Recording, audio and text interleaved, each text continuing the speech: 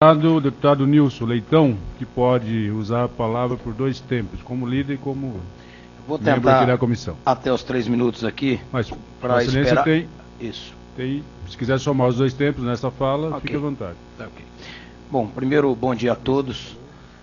Agradecer a presença aí de todos e dizer que é um momento que esse plenário deveria estar cheio, deveria estar lotado.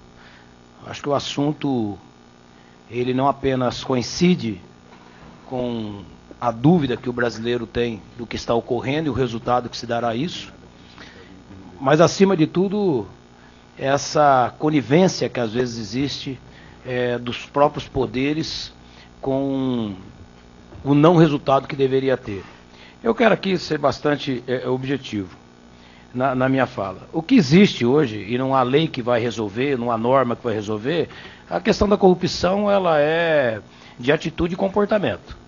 Começa por aí. Quem quer de fato encerrar esse ciclo, atitudes e ferramentas para isso tem de sobra em todos os órgãos, eu não tenho dúvida. O que existe é uma certa mistura de posicionamento. Eu me preocupo muito, por exemplo, com o decreto e com a própria lei que deveria ler os órgãos de forma bastante transparente, com lisura, mas a credibilidade e a confiança praticamente contamina esse momento. É muito difícil, por exemplo, discutir a CGU, sabendo que hoje o ministro da CGU é um ex-secretário da Casa Civil. Mas como que não vai obedecer às ordens da Presidência da República? Tem como desconectar isso? Impossível. Sem querer aqui pessoalizar ou personalizar o personagem que comanda. Nem eu conheço. Mas o problema do Brasil é essa confiança, essa credibilidade.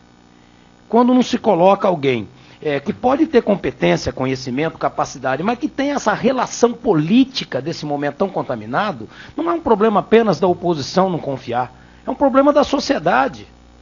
Enquanto nós, que representamos os órgãos, as instituições, não nos preocupar com a credibilidade com a sociedade, nós não vamos conseguir avançar. Não vamos conseguir. Eu fico preocupado com a CGU receber informações, inclusive de formato oral, e saber como que vai ser feito com essa informação. Pode se usar de toda forma.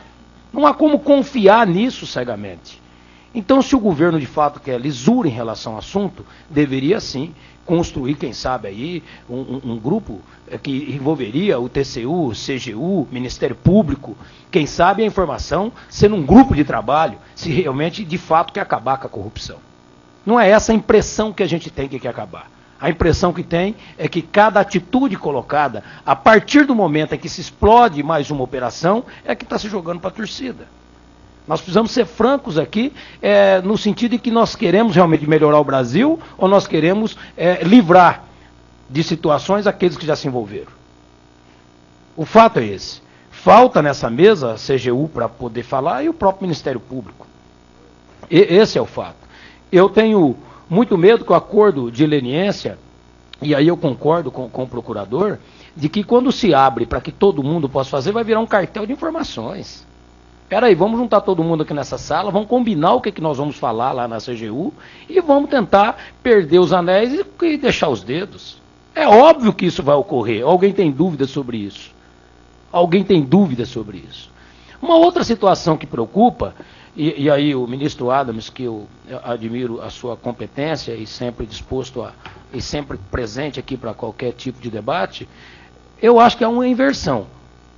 As empresas estão envolvidas, porque elas montam cartel e são realmente os bandidos da história, ou o sistema brasileiro corrompe e faz a corrupção acontecer em todos os negócios, envolve o público e o privado. É o sistema, está provado isso, está provado. O lobby não é institucionalizado no Brasil, mas ele ocorre 24 horas.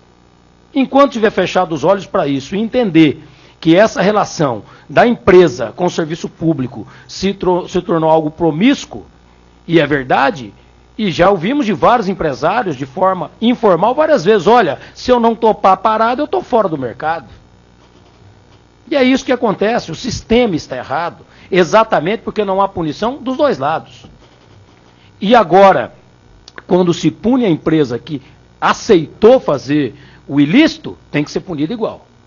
Eu não tenho dúvida disso. E não precisa se preocupar, delegado, se vai dar desemprego.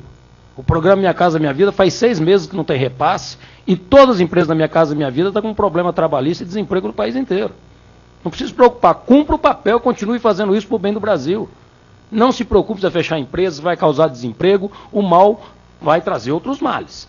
Mas para se chegar ao bem. Eu não tenho dúvida disso.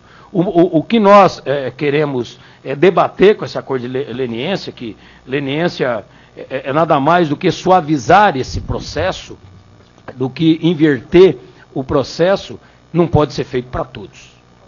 Não pode ser feito para todos. Tem que ter um traidor na história.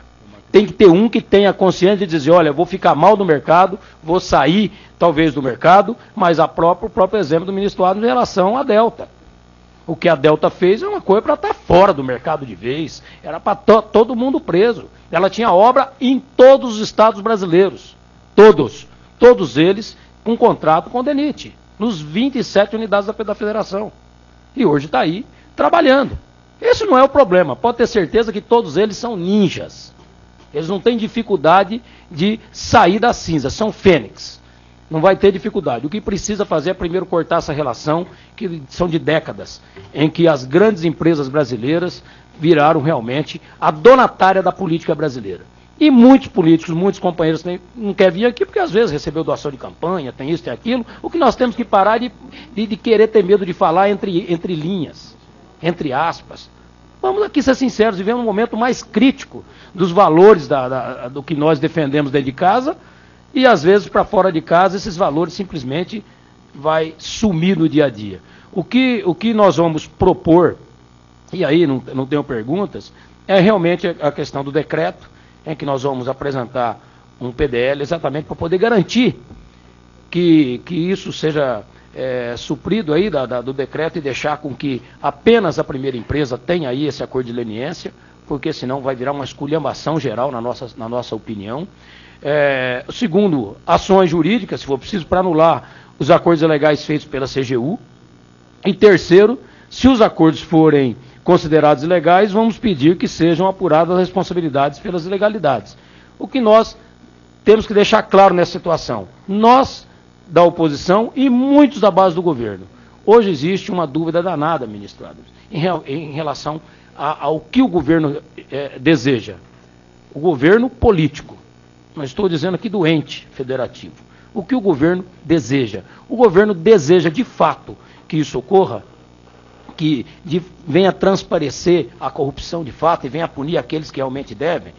Vão passar uma régua daqui para trás, vamos eliminar esse passado e começar uma vida nova para o Brasil. Se esse for o desejo, eu sugiro que na Operação Lava Jato não deveria ter nenhum senão. Inclusive, também indo no seu exemplo, que eu concordo. Se um caixa de um banco fizer qualquer ilícito desviar dinheiro, o gerente é demitido. A presidente Dilma devia ser a primeira a se colocar à disposição para ser investigada por desejo dela. Não há isso, a Operação Lava Jato vai continuar a dúvida jurídica, mas o envolvimento, que houve envolvimento de governo, de partido e de tudo mais, nós não podemos mais apenas ficar falando para a imprensa ou apenas fazendo esse debate. Isso só vai ficar de forma efetivamente definida se a gestora, a presidente da República, conseguir desconectar do partido político nesse momento, conseguir desconectar dos problemas que houve, e nem todo mundo que comete ilícito é pessoa do mal, tem os seus desvios às vezes, acomete naquele momento, não precisa ser punido de forma tão forte, mas precisa reconhecer que o sistema brasileiro está corrompendo, está destruindo as empresas brasileiras por culpa de ambas as partes, mas que precisa dar um basta. Só vai ter esse basta na hora que ambos os lados reconhecerem os seus erros. Enquanto estiver apontando o dedo para frente apenas, nós não vamos chegar onde precisamos chegar. É necessário sermos honestos, nesse momento, honestos intelectualmente.